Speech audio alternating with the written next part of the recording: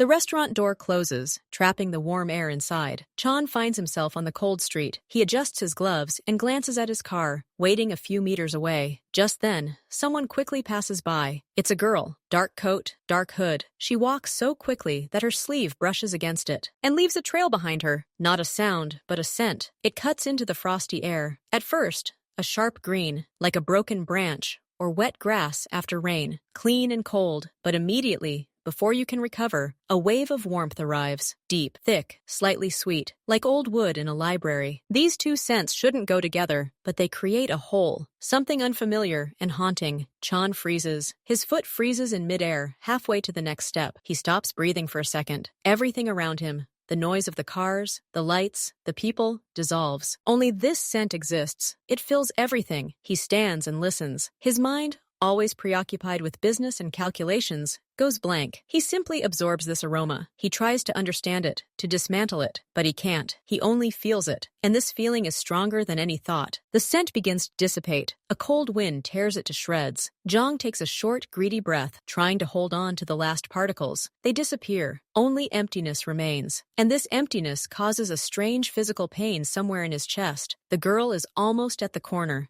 Another moment and she'll turn. The click inside him sounds loud and clear. This isn't a decision. It's an order given to himself. The smell must not go away. His body turns of its own accord. He forgets about the car, the driver. His legs carry him forward. His steps are long, quick, firm. He doesn't walk. He pursues. His gaze is glued to her back. She is the only dot in a blurry world. He picks up speed. His long legs easily close the distance. 10 meters. 5. He can almost hear the sound of her footsteps in the snow. His hand reaches forward of its own accord. Leah walks quickly. In fact, she's practically running. She's in a hurry. The evening with her friend dragged on, and she has to get up early tomorrow. She's wrapped in her coat, but the cold still creeps under the fabric. She thinks about a warm apartment, a cup of tea, a soft sofa. She thinks about the report she has to hand in tomorrow. Ordinary thoughts on an ordinary evening. She doesn't notice the man at the entrance to the restaurant. She walks past, lost in her plans. She doesn't smell her perfume. She's used to it. She doesn't know what it smells like in the cold. Leah just wants to go home. She reaches an intersection and stops. Her car is in the shop, so she needs to hail a taxi. She raises her hand and waves. She's lucky. Almost immediately, the yellow light comes on. The car changes lanes and pulls over to the curb. She doesn't look back. Why? The street is full of people. She opens the door and gets in. The inside smells of air freshener and old seat. She gives the address. "Let's go, please, quickly," she says to the driver. The car starts moving and merges with the traffic. Leah leans back in the seat and finally relaxes. She pulls out her phone to text her friend that she's reached the taxi. She has no idea that someone is stalking her scent, like a hunter stalks prey. For her, this evening is no different from any other. Chan sees her hand fly into the air. He sees a yellow light. He feels his insides tighten. No. He makes one last dash, almost running, but it's too late. The taxi door slams shut right in front of him. He sees only her profile behind the tinted glass. She's looking at her phone. She doesn't even suspect it exists. The car drives away. It picks up speed. Chan stands at the edge of the sidewalk, helpless. He watches the red taillights fade into the stream of cars. He lets one taxi pass, then another. His yellow taxi is almost invisible. The emptiness inside him screams. It's louder than the horns, louder than the wind. He's missed her. He's missed that scent. He stands and stares at the spot where she disappeared. His fingers clench in his pockets. His breathing is uneven. He loses sight of her. The yellow dot dissolves into the night. He's left alone on the cold sidewalk, with the memory of the scent that turned his world upside down in a matter of seconds. He doesn't yet know what he'll do next. He only feels loss, acute and inexplicable. Chan stands on the sidewalk. He looks where the yellow taxi just disappeared. It's empty inside, but this emptiness is quickly filled with one feeling: desire. He needs to catch up with this car. It's not even a thought. It's a fact. Simple and clear. He turns sharply. His legs quickly carry him back. He practically runs to his car. The driver sits behind the wheel, looking ahead. Chan grabs the handle of the back door, opens it sharply, and gets in. The door slams shut. The interior is quiet and warm. "Go ahead," says Chan. His voice is quiet but firm. The driver turns around. He sees the boss's face. It's stony.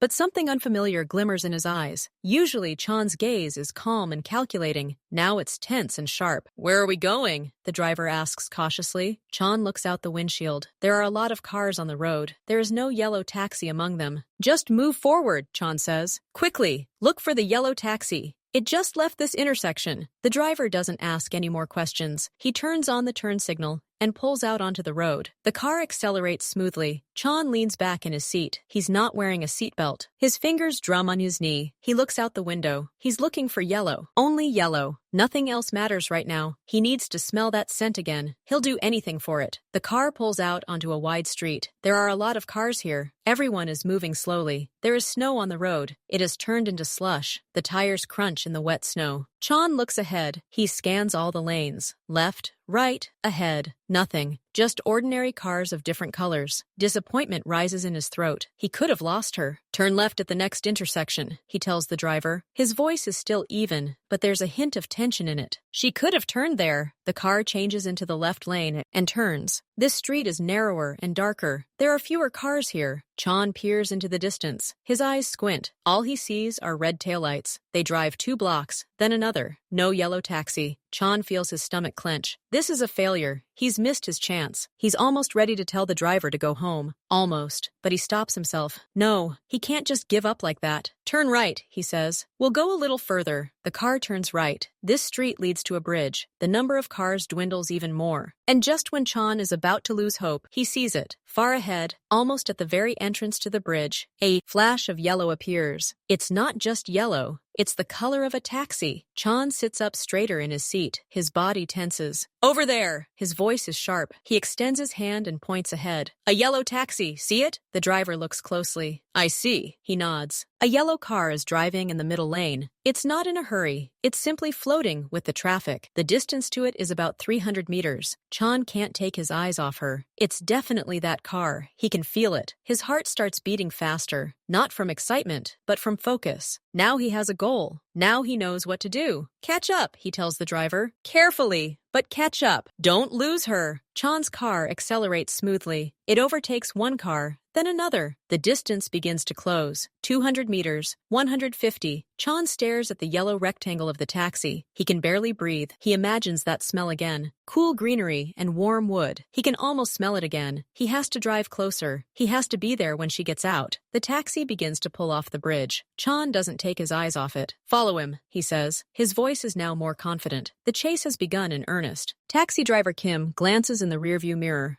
He's been noticing the black car for a while now. It's a powerful, expensive car. It's rare to see cars like that following behind a taxi. At first, Kim doesn't pay any attention to it. The car simply continues on in the same direction. It happens. They pass the first turn. The black car follows. Kim changes lanes. The black car changes lanes too. Kim starts watching him more closely. He notices the car has tinted windows. It's impossible to see who's inside. He takes the second turn, then the third. Each time, the same black silhouette appears in the mirror. By the fourth turn, Kim has no doubts. This isn't a coincidence. The distance between them is always the same. The black car neither advances nor falls behind. It simply follows them, methodically and persistently. Kim frowns. He's been a driver for 15 years. He's seen it all. But this is the first time something like this has happened. A rich man in an expensive car is following an ordinary taxi. This doesn't fit any pattern. He has no important passengers in the car. Just a young woman rushing home. He takes another look in the mirror. The black car is there again. It follows his maneuver like a shadow. Kim decides not to remain silent. He doesn't want to scare the passenger,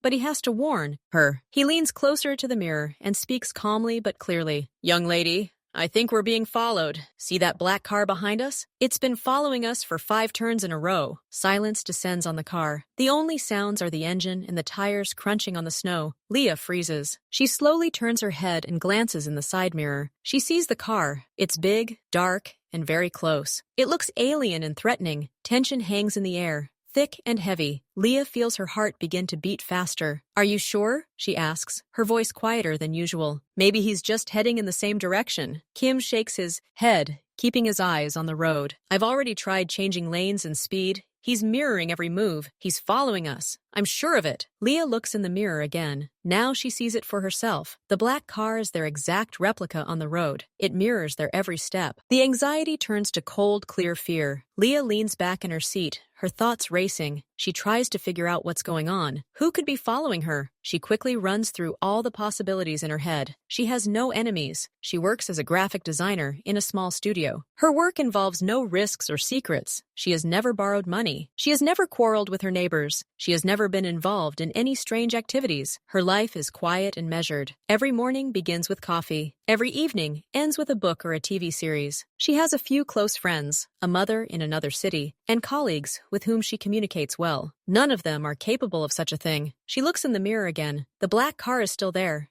It hasn't disappeared. It doesn't lag behind. Maybe it's a mistake? Maybe they got the wrong car. But taxis are yellow. They're unmistakable. Maybe this is for the driver? She looks at Kimin. He looks calm and ordinary. He doesn't seem like the kind of person who would be chased on the road. She finds no answers, only questions. And with each question, the fear grows stronger. She's trapped in a moving car, with a stranger in a black car following her, and she has no idea why. The taxi driver's words hang in the air. Leah glances in the mirror again. The black car seems even closer. She feels goosebumps run down her spine. Her palms become clammy. She doesn't know what to do. The only thing that comes to mind is to run. Faster. Further. She leans toward the partition separating her from the driver. Her voice is quiet and breaks. "Please," she says. "Don't stop. Whatever happens, don't stop. I'll pay double for the ride. Triple. Just get away from him, please," she begs. She's never begged anyone like this. Her fingers dig into the skin of her knees. She looks at Keen with wide eyes. There's one question in them. "Will you help?" Kim hears the fear in her voice. He nods without looking at her. His face becomes focused. He glances in the mirror again at the black car. Then his gaze shifts to the road. He assesses the situation. A long straightaway lies ahead, followed by a sharp left turn. The road is covered in dense snow. The snow on top has already melted and turned into a dangerous slush. Normally, he would slow down, but this is not a normal situation. "Hold on," he says shortly to Leah. He presses the gas pedal. The taxi's engine roars. The car jerks into action. Leah is thrown back into the seat. She grabs the door handle. They approach the turn at high speed. Kim's grip tightens on the steering wheel. He turns it carefully but confidently. The rear of the car momentarily loses traction. Leah hears the tires slide on the wet snow, making a short squeal. Her heart skips a beat. She closes her eyes, but Kim manages it. He skillfully steers the car, and they fly out onto the next street without slowing down. He checks the mirror again. His goal is to check if the black car has fallen behind. Chan sees the taxi accelerate sharply. He sees this dangerous maneuver on a slippery turn. His insides turn cold. He understands. They've noticed him. They're afraid. They're trying to escape. This is stupid. He didn't want to scare them. He doesn't know what he wanted. To be close. To smell that scent again.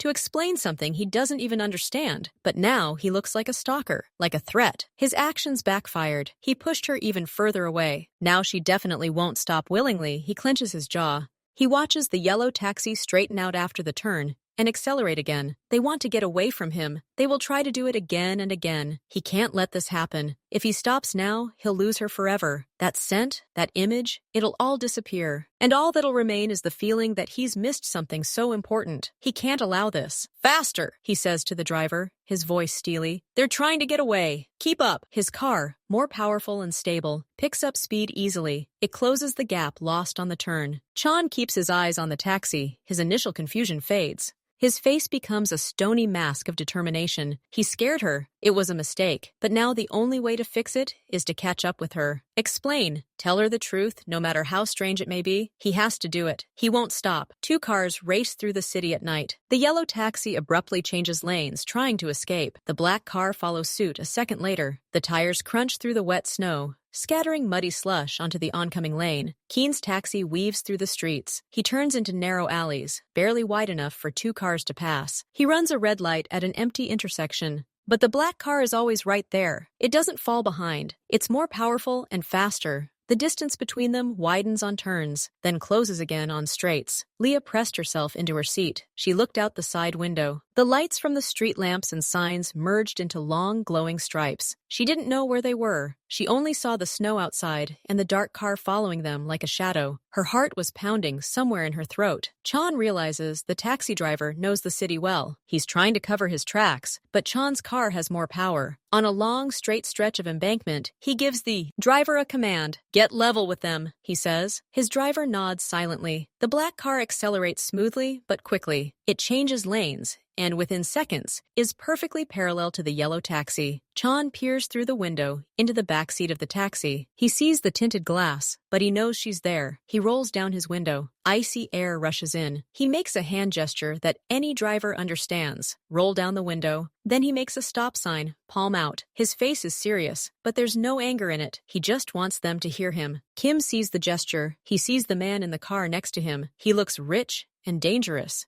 But there's no direct threat in his gestures. He's not trying to cut them off or force them off the road. He just wants to talk. Kim hesitates. He looks at Leah. She stares at the black car with wide eyes. She's terrified. "What should I do?" Kim asks. "He wants us to stop." "Don't stop," Leah whispers. "Please." Kim looks at the man. He makes the roll down the window gesture again. The decision comes instantly. They can't keep speeding through the city like this forever. It's dangerous. He rolls down his window just a few centimeters. Enough to hear, but not enough to fit anything inside. Cold air and road noise rush into the taxi. "Who are you?" Kim shouts through the narrow gap. His voice is sharp and loud, trying to be heard over the noise of the engines. "What do you want? Stop this immediately!" Chan sees the window roll down. He sees the driver's frightened face. He doesn't see her, but he hears the question. He leans closer to his open window. The frosty wind hits his face. "Your passenger!" he shouts back, his words escaping in clouds of steam. "The girl in the back seat!" Kim glances quickly at Leah. She curls into a ball. "What's wrong with her?" Kim shouts back. "She smells incredible," Kim hears in response. The man's voice sounds strange. There's desperation and obsession in it. "Her perfume. I need to talk to her. Just talk." A brief, deafening silence falls over the taxi. The street noise seems to fade. Leah heard every word. She slowly shifts her gaze from the driver to the black car. Her mind refuses to comprehend. Kim blinks. He expected anything. Threats, extortion, revenge, but not this. "What?" he blurts out. The words hang in the frosty air between the two cars. Kim asks again, not believing his ears. "What?" Zhang screams again, his voice strained by the speed and wind. "Her scent. I smelled it on the street. I need to talk to her. Just talk and get to know her. I won't hurt her." His explanation sounds absurd, ridiculous, but there's no lie in his tone. There's only a persistent, raw obsession. Leah hears every word. At first, they don't make sense. Pursuit, pursuit, screams, and all because of a scent? Her perfume? Shock paralyzes her. This isn't an attack. This isn't a robbery. This isn't revenge for some old grudge. This is something else, something completely irrational. A man chased her on a slippery winter road, risking his life because she liked her scent. This is madness. But there's a strange, twisted compliment in this madness. This has never happened to her before. The fear begins to recede, giving way to stunned bewilderment. Kim looks at Leah through the mirror. His face is one of utter confusion. He, too, is trying to process what he's heard. It's either the honest truth or a very painful lie. But the black car doesn't make any aggressive moves. It simply drives alongside, waiting for a response. He has a decision to make. He's the driver, and his passenger is in danger, real or imagined. He addresses her, his voice softer but still tense. "Girl," Kim says, "you heard him. He wants to talk. Just talk. Do you agree? It's up to you. If you say no, I'll try to leave anyway. If you say yes, we can stop." He hands over complete control to her. Leah freezes. The entire world narrows to this choice in a moving car, under the gaze of a stranger from the window of a black car. Leah looks out the taxi window. She's looking straight at the man in the car next to her. Their gazes meet across the two windows and into the frosty void between the cars. She sees his face. It's tense. There's no smile, but she searches for and finds no malice or cruelty. Instead, she sees something else. A haunting, irrepressible sincerity. His eyes are wide open, filled with impatience and something dangerous in his persistence, but seemingly not physically dangerous. She glances at the driver. He's waiting. Her word will determine whether this frantic race will continue. Leah takes a deep breath. She's still afraid. This is stupid. This could be a mistake. But if she says no, this evening will turn into a nightmare of endless running, and if she says yes, at least it will become clear what he really wants. Curiosity and fatigue from fear take over. She nods slowly, first to herself, then to the driver. "Okay," she says, her voice quiet but firm. "Let's stop. Let's talk." Kim looks at her doubtfully, but he respects her decision. "Are you sure?" he asks one last time. "Yes." Kim nods. He looks at the man in the black car and makes a quick gesture with his hand. "Follow us. We'll stop." He doesn't want to stop right there on this road. Chan sees the gesture. A wave of relief almost knocks him off his feet. She's agreed. He immediately signals his driver to follow the taxi. Taxi driver Kim slows down. He's looking for a suitable spot. He turns off the main road onto a quiet side street. There are only a few parked cars and high snowdrifts along the sidewalks. He pulls smoothly up to the curb and stops. He turns off the engine. A black car stops right behind him. Keeping a few meters behind, silence falls. Sharp and deafening after the roar of engines and the noise of the race. Snow falls softly on the windshields. There's complete silence in the taxi. Leah looks at the black car's taillights in the mirror. She doesn't move. Her hands are still shaking. She's waiting to see what happens next. She just agreed to talk to the man who had just stalked her all over the city. The reality of what's happening hits her with renewed vigor. Chan sits in his car for a few seconds. He looks at the yellow taxi. Now that his goal has been achieved, he's overcome by a strange hesitation. What should he say? Where should he begin? He suddenly realizes the sheer madness of his behavior, but it's too late to back out. He opens the door and steps out onto the cold street. The snow crunches beneath his expensive boots. He takes the first step toward the taxi, toward the girl inside, toward the scent that brought him here. The door of the black car opens. Chan steps out. He's tall, wearing a dark, expensive coat that fits him perfectly. Even in the dim light of the side street, it's clear he's a man from another world, a world of power and money. His movements are calm and confident. But when he closes the car door, his gestures are reserved. He doesn't make any sudden movements. He doesn't approach quickly. He gives her time to study him. He stands next to his car for a second, collecting his thoughts. Then he takes a few steps forward. He stops about 2 meters from the taxi, a respectful distance away. He looks at the tinted rear windows. He knows she's looking at him. Kim watches his every move in the taxi. He sees Jong approaching. He doesn't roll down the window. He waits. Chan understands this. He sees the driver waiting for him to make the first move. He takes another small step forward. He clearly sees his reflection in the dark glass. He doesn't see her. He leans in slightly to be heard better through the glass. His voice, when he begins to speak, is quiet and a little hoarse with effort. There is no command or threat in it, only embarrassment and sincerity. "Forgive me," he says, the words coming out on a cloud of steam. "Forgive me for that chase. It was thoughtless, dangerous." He pauses, collecting his thoughts. "Your perfume, outside. When you passed, it mingled with the frosty air." He searches for words that wouldn't sound so crazy, but finds only the truth. "Something clicked inside me. I couldn't just let you go. I had to find you.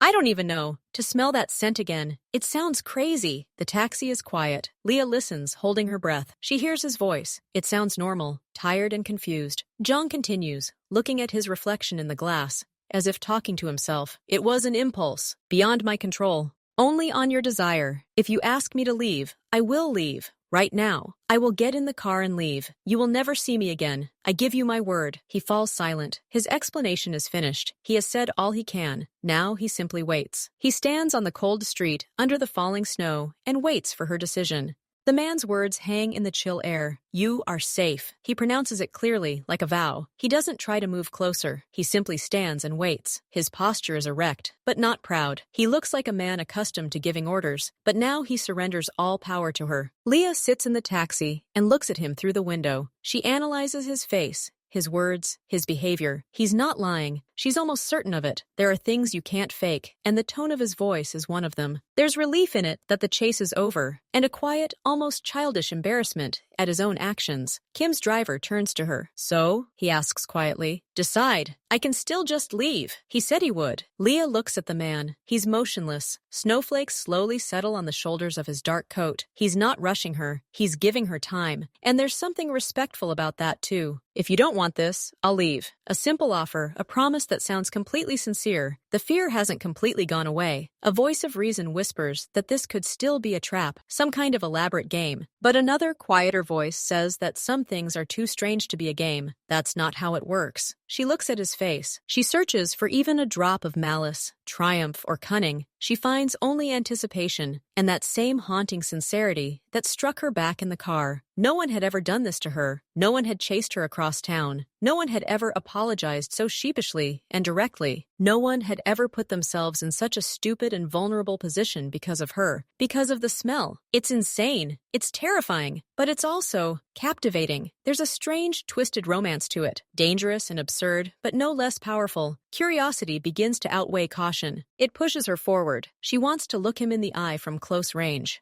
She wants to ask, to understand. She wants to solve this strange mystery at the center of which she finds herself. She nods, more to herself than to anyone else. "I'll get out," she tells the driver. Kim frowns. "Are you sure?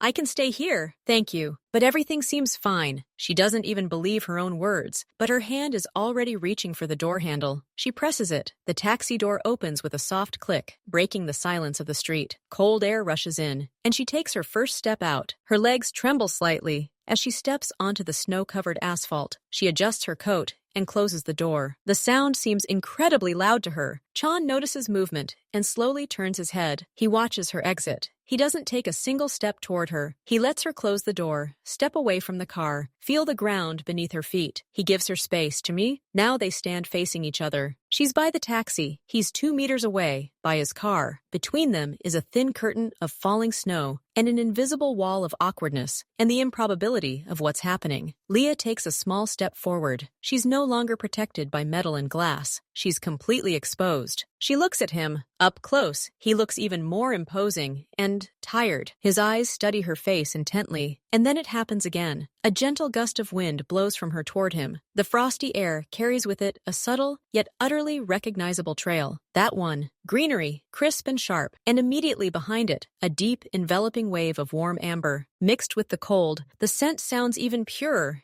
even more mysterious. Zhang freezes. His eyes close for a moment. An involuntary deep breath. His face changes. The tension in his shoulders eases, as if he'd been hit with something soft and heavy. It's here again, that same scent. He wasn't mistaken. He didn't imagine it. It's real, and it's here now, emanating from this girl who looks at him with a mixture of fear and curiosity. He opens his eyes. His gaze is now clear, almost transparent with relief. There, he exhales quietly. There it is. Leah sees his reaction. She sees his face transform at the scent. This isn't an act. This is a pure, genuine, physiological reaction. He's truly gone crazy over her perfume. This thought completely knocks the wind out of her fear. It's simply absurd. She stands and watches this powerful, dangerous man standing in the middle of the deserted street, almost trembling from the scent of her cheap perfume, bought on sale last month. The corners of her lips twitched involuntarily, but a smile wouldn't form. Too much adrenaline, too many surprises. They stand in silence for a few seconds. Snow falls between them. She waits for him to speak, now that he's found what he was looking for. He seems to be simply enjoying the moment, having finally achieved his insane goal. He's here again,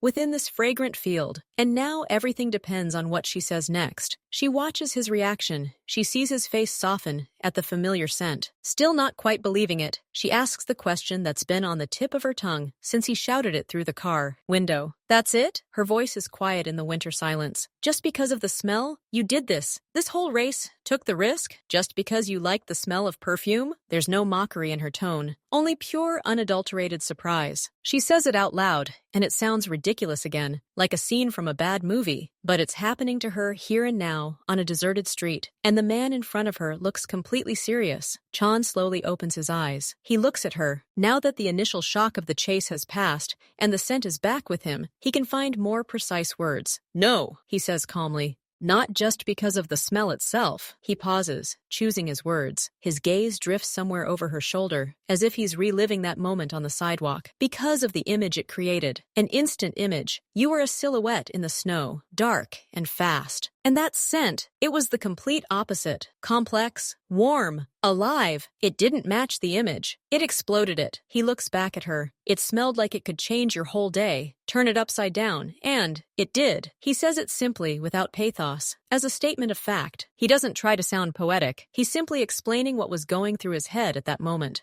It was a feeling of dissonance and promise at the same time, a silhouette that promised only coldness, but left behind a trail of warmth and complexity. Leah listens. She sees how he struggles to find the right words. She sees that he's uncomfortable, but he wants to be understood. His explanation is strange, but it comes from the heart. It's not a rehearsed speech. It's an attempt to convey to her the spark of the madness that has come over him. "He smelled like he could change your whole day." These words touch something inside her. Maybe because her day, her evening, they really have changed, turned upside down. And now she stands here, shivering from the cold and the last of the adrenaline, listening to a stranger talk to her about smells and images. The fear finally recedes. All that remains is the strangeness of the situation and a budding curiosity about this man. His obsession was frightening, but his sincerity is now disarming. The corners of her lips twitched involuntarily. It wasn't a smile yet, just a shadow of one, a skeleton. But her eyes softened. The tension gripping her shoulders eased a little. "You realize this sounds a little crazy?" she says, and for the first time, a hint of something other than fear appears in her voice. A faint, barely perceptible thread of irony or acceptance. Chan sees the change in her face. He sees the shadow of a smile touch her lips. He feels a weight lift from his soul. She doesn't scream. She doesn't run away. She's still here, and she's asking. "Yes," he nods, and something like a tired smile flickers in his eyes. "I understand that, completely. But that doesn't change what happened." They stand and look at each other. The frantic pace of the chase has given way to this motionless, snow-covered pause. The ice of fear and mistrust that had frozen everything from the very beginning has shown its first crack.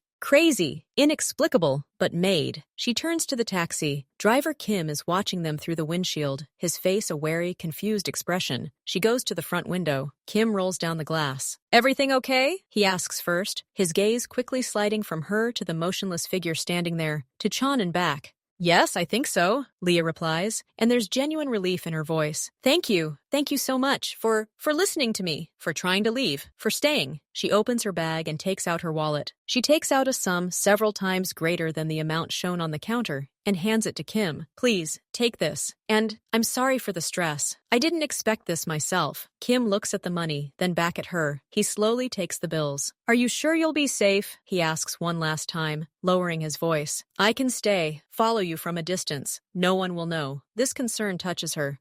She shakes her head and for the first time smiles truly, albeit weakly. "No, everything's fine. He's strange, but not dangerous, I think. Thank you again." Kim looks at her, then casts an appraising glance at Jong, who continues to stand at a respectful distance, not interfering with their conversation. This gesture, non-interference, probably convinces him most of all. "Okay," Kim sighs. "Take care. Good luck." He rolls up the window and starts the engine. He nods at her through the glass again. The yellow taxi pulls smoothly away, its tires crunching softly on the snow. It slowly pulls away, reaches the corner, turns, and disappears from view. The red taillights dissolve into the white shroud of falling snow. Chan signals his driver. The black car quietly starts, turns around, and drives off in the opposite direction, disappearing into the night as silently as it arrived. Now they are completely alone. A quiet side street, blank walls of houses, snow-covered roofs of cars, and silence, so complete that you can hear the snowflakes falling and the beating of two hearts, one still rapid from the fear it had endured, the other still quickened by a strange, achieved relief. Leah stands in one place, turning around, looking in the direction the taxi disappeared.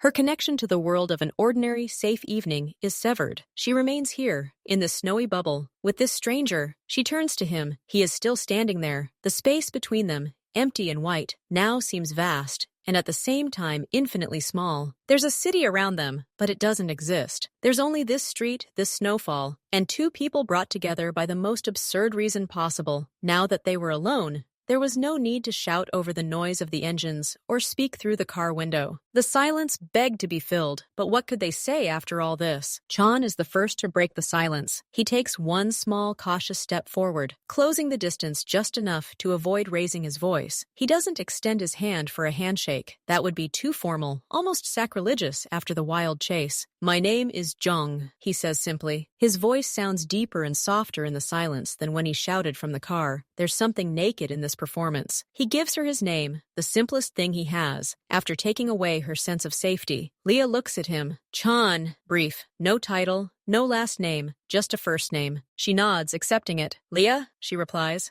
Her own name sounds strange in the cold air, as if she's imagining herself anew. Not the Leah who ran to the taxi, but the one who stands here now, making this inexplicable choice. "Leah," he repeats. He says her name slowly, as if tasting it, comparing it to the image and scent that haunted him. He seems to like it. It fits. There's another pause, but it's not as tense. You were very scared," he says. It's not a question. It's a statement. There's confusion in his voice again, and that same genuine annoyance. Yes, she admits honestly. I didn't know what to think. The best-case scenarios seemed bad. I'm sorry, he says again. The word seems hard for him, but he says it. I would like to have started this differently, she shrugs, the movement finally relaxing a little. It would be hard to imagine a more effective way, she remarks, the same weak, tired irony slipping back into her tone as before. The corners of his lips twitched, almost a smile. I guess. He looked around at the snowy street. It's very cold here, and I need to apologize again. I don't have a proper explanation.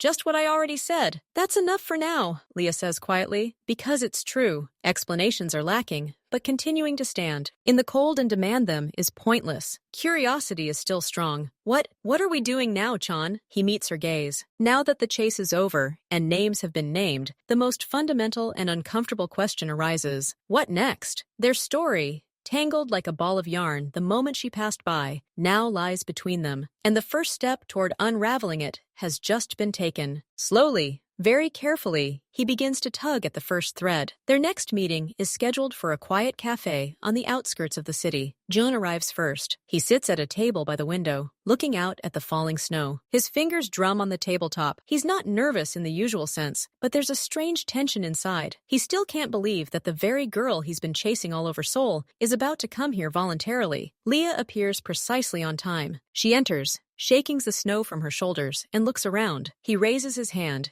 and she notices him. A small, still hesitant smile lights up her face. She approaches, takes off her coat, and sits down opposite him. The first few minutes pass in awkward small talk. How did you get here? Is it cold outside? Thank you for coming. The coffee arrives, giving them something to do with their hands. I kept thinking about that day, Jong finally says, putting down his cup. He looks not at her, but at his drink. About that smell. I didn't even ask what kind of perfume it was. I'm afraid my behavior has discouraged anyone from sharing such details. Leah shakes her head. Now, in a calm environment, she looks different. Not scared, but rather thoughtful. It's not exactly perfume off the shelf, she begins carefully. She plays with the handle of her mug. I created it. Chan slowly looks up at her. There's confusion in his eyes. Created it? Yes. I create fragrances. I'm a perfumer. Or rather, I'm still learning, working in a small studio and making things for myself. That scent, it was my experiment. A mixture I put together for myself that evening. I was testing it. He freezes. The information processes in his head. All this chaos, this entire chase, because of an experimental, homemade scent? The thought simultaneously makes the story even more absurd and gives it a strange, almost mystical depth. You created this? He asks again, his voice filled with genuine amazement. That smell, the greenery, the cold, and then the warmth. You collected all of this? She nods, and a sparkle lights up in her eyes. The same one you get when you talk about your life's work. Yes, I was trying to capture the moment, the transition, the first frost, when you still remember the smell of autumn grass, but you already sense something different, deep, like a promise of warmth somewhere inside, even if it's cold outside. It's hard to explain. You explained it, Chan says quietly. That's exactly what I felt. Only, I didn't know what to call it. For me, it was just a shock. They fall silent. The barrier of awkwardness between them begins to melt, like snow outside the window. The conversation shifts to her work. She talks about essential oils, notes, how scents form chords. He listens with unusual attention. His world is numbers, power, quiet threats. Hers is made up of scents, images, and subtle emotions. It's so far removed from everything he knows. So it was a unique scent? He asks later, as they order more coffee. In a sense, I had the exact same mixture left. I didn't pour it out. After that evening, it became associated with something too intense. Chan looks at her, and a strange expression appears on his face, a mixture of regret and that very same obsession. Too bad, he says simply. They talk for about another hour, about themselves, about life, about coincidences. He's careful with details, but honest with his emotions. She's more open, but also doesn't spill everything at once. It's a dance between two people still trying to figure out what connects them. As the meeting draws to a close and they prepare to leave, Leah pauses. She rummages through her large bag and pulls out a small, carefully wrapped object. Here, she says, handing him the package. Her cheeks flush slightly. I didn't plan it, but after our conversation, I thought. Chan slowly takes the package. He unfolds the paper. Inside lies a small dark glass bottle, unlabeled. It's filled with an amber liquid. He looks at the bottle, then at her. The question freezes in his eyes. Is this for me? Yes, I created it last week. She looks away, slightly embarrassed. I couldn't get that evening out of my head. And our conversation today, I thought about what you said, about the image, about the dissonance. I tried to create something that could convey that. Not a copy of that scent, but an echo of it. But different, more conscious. This is for you. Zhang freezes. He's holding more than just perfume. He's holding a piece of her world, her talent, her perception of him, that crazy, obsessive stranger on the street. He carefully unscrews the cap. He doesn't spray. He simply brings the bottle to his nose, and his world narrows down to a point again. The scent hits him. It's familiar, and yet completely new. There's that same cold, blade-like green, but it doesn't cut. It envelops. There's the warmth of amber, but it doesn't overwhelm. It sounds like a quiet, confident bass. And between them, a new note, something mineral, pure as ice, yet warm, like flint striking a spark. It's the scent of tension, about to be resolved. The scent of silence after a scream, peace after a storm. The scent of that very moment when he stands before her on the deserted street. And it's only just beginning. He can't utter a word. He just stands there, eyes closed, inhaling the scent created especially for him, for his madness, for his obsession. She didn't reject it. She turned it into art. Leah, he finally says, his voice hoarse. He opens his eyes. This is incredible. She watches his reaction, and her confusion gives way to relief, and then to quiet joy. Do you like it? It's more than like, he says honestly. He looks at the bottle again, as if it were the most precious thing he's ever owned. Thank you. I don't know what to say. Don't say anything, she smiles. And this time it's wide and genuine. Just wear it, whenever you want. He nods, still unable to tear himself away from the bottle. Then, carefully, almost reverently, he screws the cap back on and places the bottle in his inside jacket pocket, right next to his heart. They walk outside together. It's still snowing. He walks her to the taxi, but this time it's different. No chase. No fear, just two people in the snow. Can I call you? He asks before she closes the door. Yes, she replies. Call me. The taxi drives away. Chan stands on the sidewalk. His hand instinctively reaches for his pocket, where the bottle lies. He feels it through the fabric. He doesn't inhale the scent again. He simply knows it's there, that it exists, that it was made for him. He turns and walks toward his car. His steps are slow and steady. A storm of emotions rages within him, but his face is calm. He had found more than just a scent. He had found the one who created it, and that someone had given him an entire world, packaged in a small glass bottle. Their story, which began with a wild chase, had now taken a new, unexpected turn, and he felt like this was only the beginning. That bottle becomes his secret. Zhang doesn't use it right away. He keeps it in his desk drawer, next to the documents that decide the fates of people and businesses. Sometimes, in the middle of a tense conversation, or while studying a dry report, his hand automatically reaches for the drawer. He opens it without removing the bottle, simply touching the glass with his fingers. The cool smoothness takes him back to that snowy street. The scent doesn't escape from the bottle, but he knows it's there. This knowledge acts as a calming anchor. He calls her 3 days later, not because he'd chosen a deliberate pause, but because he was afraid of seeming intrusive again. His voice on the phone sounds a little tense. He suggests meeting again, not at a cafe, but just for a walk. If you're not afraid, of course, he adds, and his tone carries that same tired irony she's already begun to recognize. They meet in a large city park, which in winter turns into a white, almost deserted expanse. Snow crunches underfoot, and their breath turns to steam. They walk side by side, and at first, conversation is difficult. The shadow of that first meeting still hangs between them. But then Leah asks, have you tried it? She means the perfume. Zhang shakes his head. No, I carry it with me, but I haven't used it. I think I'm afraid that when I apply it, something will change, set in.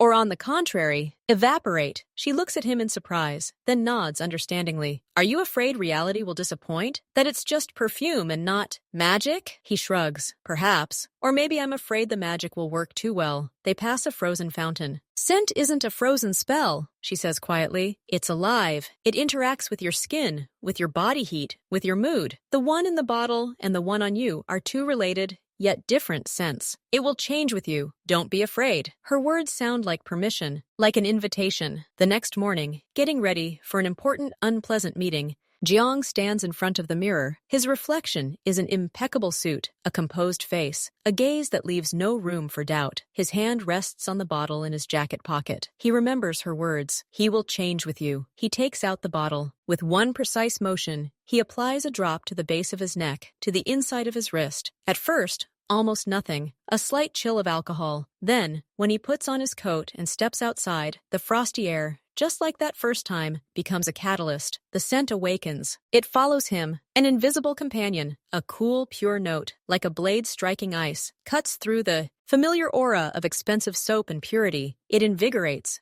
clears the mind. Then, when he gets into the car, and the warmth of the cabin envelops him, his heart begins to open. That same warmth, that same amber. But now it smells not just of wood, but of wine aged in oak barrels, dark honey, the deep silence of a library late at night, and that same new mineral note. It now feels like a quiet, unshakable confidence, a strength that doesn't shout about itself. At the meeting, he notices strange things. His opponent, tough and unyielding, suddenly loses his aggression mid-negotiation and looks at him thoughtfully. Chung himself feels an unusual clarity. He listens not only to the words, but also to the intonations, seeing the hidden fears behind the feigned bravado. He makes a decision that seems illogical from the standpoint of immediate gain, but strategically flawless. And when he stands to end the conversation, his opponent, shaking his hand, suddenly says, "It's been an unusual pleasure doing business with you today." All day, the scent lives its own life on his skin. By evening, almost nothing remains of the cold mineral beginning, only a soft, warm, almost leathery trail, mingling with his own scent. It becomes something personal, intimate, a trace that belongs only to him, but was created by her. He writes to her in the evening, briefly, "You were right, he's alive, and he changed my day." A minute later, a reply comes, "Will you tell me tomorrow? Over coffee?" Their meetings become ritual, once or twice a week. They talk about everything and nothing. He tells her about the world of business, in increasingly inventive metaphors, trying not to immerse her in daunting details. She tells him about smells, about the first spring rain on asphalt, about the smell of old paper and printing ink, about the smell of cold metal and ozone after thunder. He listens, fascinated.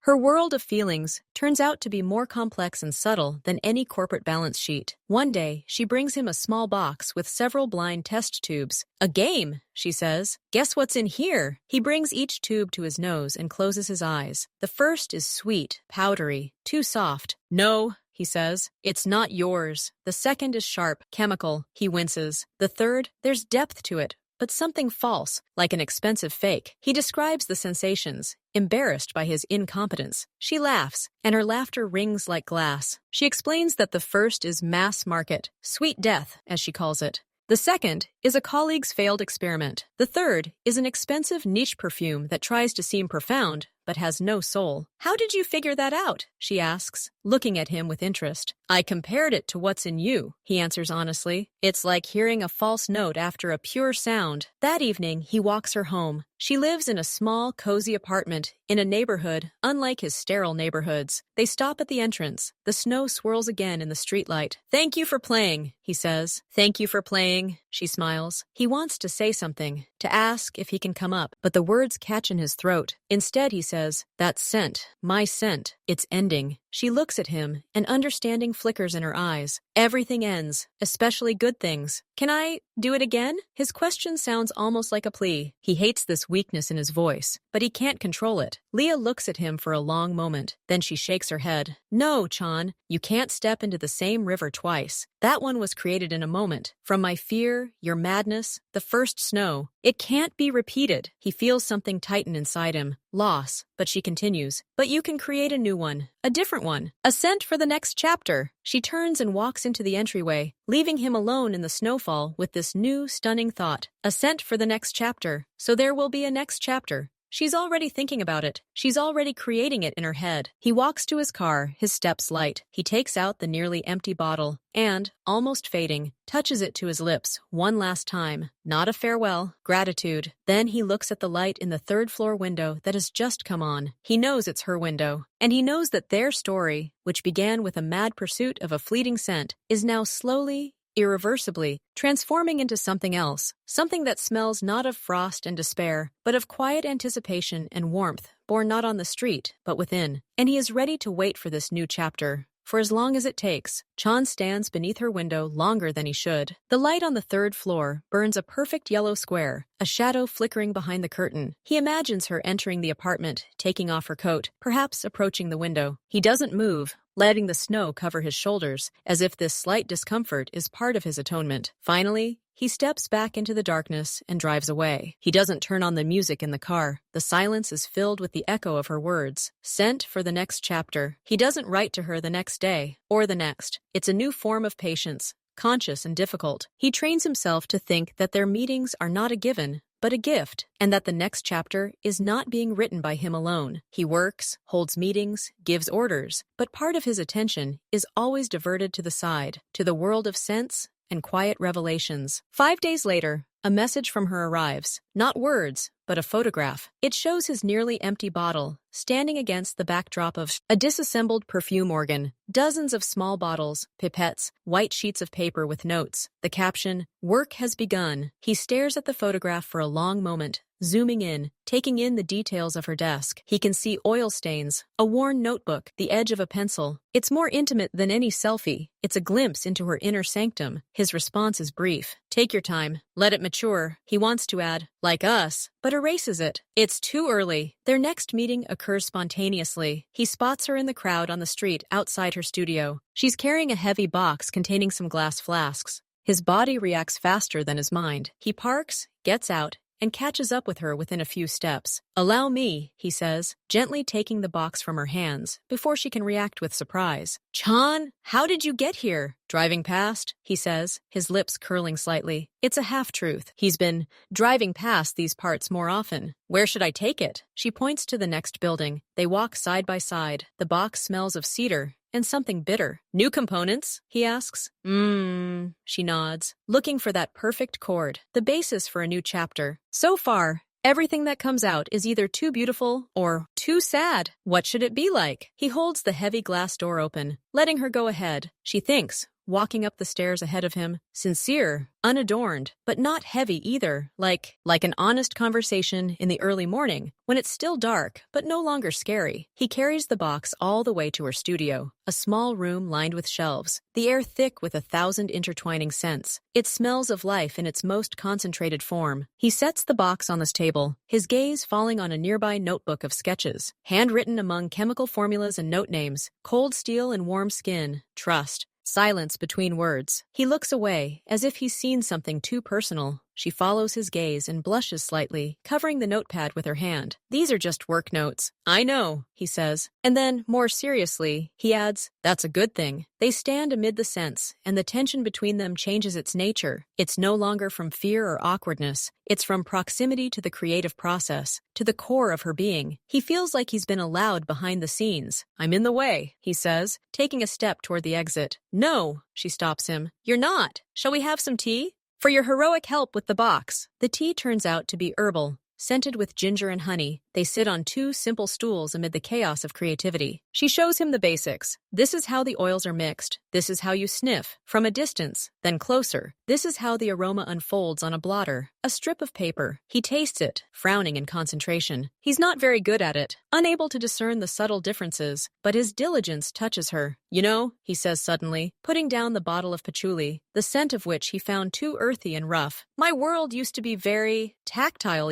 You could touch it, weigh it, evaluate it. A contract, a building, a person. Everything had a clear weight and value. Your world, it's illusory. You can't grasp it. But for some reason, it seems more real to me now." She looks at him, wrapped in a large sweater, holding a cup. "Maybe because it can't be faked? A scent is either real or it isn't. You can't sign it and put it in a safe. It's either there or it isn't." He nods. It resonates with something deep within him. His world is full of fakes, masks, simulacra. Here, in this room, only the truth resonates, no matter how bitter, sweet, or strange it may be. When he leaves, she doesn't walk him to the door. She remains seated among her bottles, lost in thought. He, however, once outside, breathes in the cold air, which feels empty and insipid after the thick atmosphere of the studio. His own skin, his scarf, retain traces of her world for several hours. Traces of sandalwood, something floral, a fleeting, bitter hint of black pepper. A week passes, no messages. He learns to wait, without staring at the phone. He even applies the last drops of his old scent, not as a plea, but as gratitude, as a farewell to that chapter. And then, late in the evening, when he's already getting ready for bed,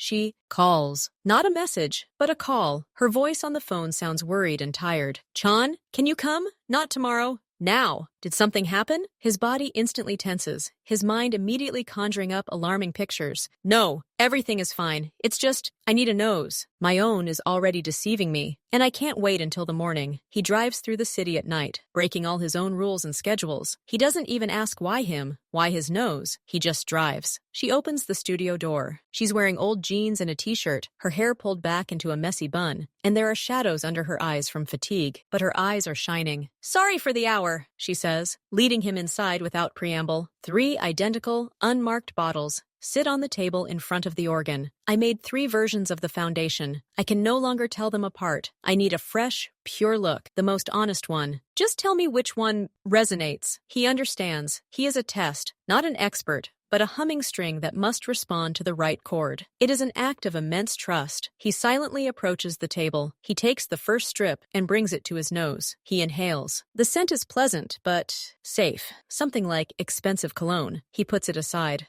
The second, there's a sharpness here, a challenge, but it seems ostentatious, deliberate. He shakes his head. The third blotter, he brings it to his face and freezes. At first, almost nothing, just purity, like mountain air. Then, a second later, a barely perceptible shimmer of something metallic, cold, not unpleasant, just clear as a blade. And from this clarity, slowly, deliberately, warmth begins to rise. Not sweet, not lulling, hard, like a stone warmed by the sun. There is silence and immense space in it. There is no attempt to please in this scent. There is only fact, harsh and beautiful in its truth, like her. And strangely, like what he himself wants to be. He opens his eyes. He doesn't know how much time has passed. This one. His voice is hoarse. He hands her the third strip, without a doubt. She takes the strip, brings it to her nose, inhales for a long time. Then she looks at him, and there are tears of fatigue and something else in her eyes. Are you sure? Yes. She puts the strip down, sits down on the stool, and covers her face with her hands. Her shoulders shake slightly. He panics. Did he do something wrong? Leah? I'm so tired, she says through her fingers. I've been looking for it for 2 weeks. I've tried hundreds of combinations. And you just pointed it out in 3 minutes. He approaches cautiously, placing his hand on her shoulder. It's their first conscious touch outside the extreme circumstances of a chase or helping with a box. I didn't find it. I just recognized it, he says quietly. She lifts her face to him, tired,